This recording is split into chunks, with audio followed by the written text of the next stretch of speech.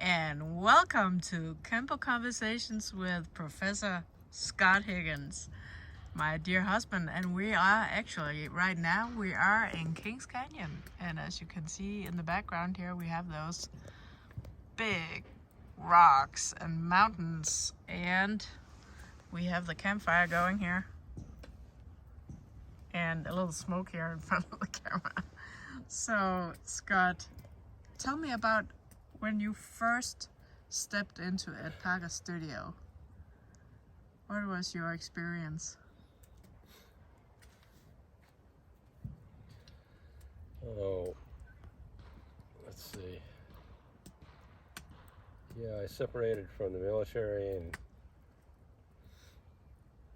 I was in Oxnard, and I've been doing some Tracy's Kenpo, which a lot of people do, or did back then. It's pretty popular. And there was the school that I was at was another sister school up in Ventura, and but Barbara Hale was up there, and Rich was up there in Ventura, and Barbara, when she was a brown belt, she used to come down to the Oxnard school and train a little bit, and I remember her talking about this Ed Parker's school in West LA, and they had been going down there and doing that, and so I was kind of curious what this Ed Parker Kenpo was about, so I went down there and I walked into the studio over there on Santa Monica and Sepulveda, the old school there, and immediately there was the picture, deadly picture, that was oil painting that was done of Ed Parker up on the wall, and you just walk through these little doors, and then there's sort of a sliding screen, and they entered into the studio, and I walked in there, and there were some guys training. It was in the afternoon sometime, and I think, as I recall, I think it was Muhammad. He was a brown belt at that time too, and he was doing shielding hammer, I think, and I'd never seen anything like that before.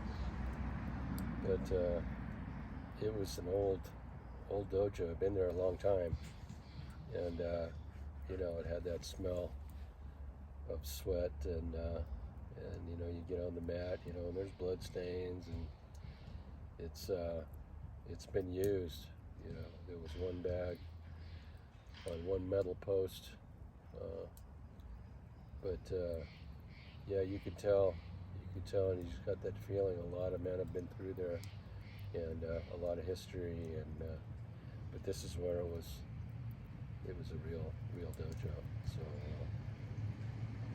What was it about the technique that caught your eye, about that, the experience with Muhammad doing shielding hammers? yeah, What was it? yeah, I'd seen a lot of the techniques. I watched quite a few of the techniques were like the mother of a lot of the techniques that I'd already known, and but there was the principles, the speed, the accuracy, the crispness of these techniques. I'd never seen before. They were so sharp and very precise,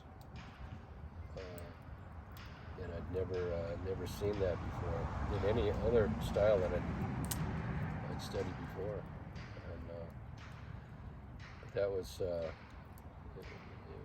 was quite impressed with it. So you were talking about it was kind of the real deal. That's like, this is actually lethal techniques. Yeah, it was.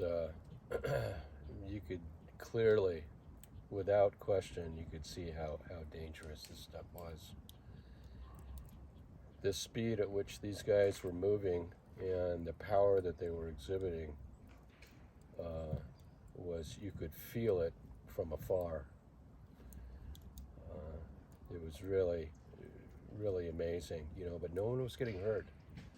It was all very controlled, but you could see the only difference was the range. Yeah, all they had to do was move 2 or 3 inches closer, and it would have been devastating. So that was one of the things, that control, the incredible amount of control that these guys had of their body. Not just the technique, but they knew exactly where they were in space, and the lines that they took were very precise and very geometric, which I found out was because of the universal pattern. Yeah. That's really, really cool. What about your first encounter with Mr. Parker? What did you notice about him when you saw him? Mr. Parker, well, he would come in and out of the studio, and very mild-mannered gentleman, big guy, bigger than than the pictures show him. He had big hands, big wrists, and his fingers were like little daggers. They came to points, and they were just like little daggers. I remember that. And he would come in, and he taught class eventually after a while, getting back into it, because he had stopped teaching for a number of years because he was traveling so much, and trying to get his organization, expand the organization and that. So he was all over the place, but he loved to come back to that West LA school and teach, and it was he loved everybody. He loved us, you could tell, and very funny. But he always talked about the principles. Always talked about the principles. Didn't talk about a sequence of A, B, C, and D, or 1, 2, 3, 4. He talked about what is going on with 1, what's going on with 2, what's going on with 3, and how they relate to each other. And again, these were ideas. They're not. You don't just do this because of this. You understand that each of these movements are a technique within themselves that can be applied depending on the situation. And he always stressed that. He said, depending on the situation, you want to be able to adapt and then adopt these movements, to deal with what's going on at the moment. What principles would he especially talk about? Oh, a lot of it. A lot of it would be don't take the scenic route. You see a lot of guys, a lot of stuff that I studied, a lot of kung fu styles and different things, and even in Tracy's, Kenpo was a lot of big circles, big movement. Going from here to there, big round circles. What we started doing was, instead of making them completely round, we started making them elliptical. So you could get there in a closer, in less time, and in a better angle. And contouring the body and all those things, contouring your opponent's body, contouring your own body. But he talked a lot about those type of things. Oh, that's so cool. Could you give an example of how he would explain a technique? Well, he would just like that one. Don't take the scenic route where you take a big circle, and he would show, like in Shield and Mace, say you would have this action, and then you would come down, so you'd contour the body and coming down and making that shallow arc, right? But then you come up. A lot of guys will come back and they'll make this circle coming back and down. Instead of that, he would come up and he would round that corner and then come back down to the knee. So it would be more of elliptical. And he would show these circles and these lines in the air, and which is what he was trying to get across. You're just trying to be more efficient. Yeah.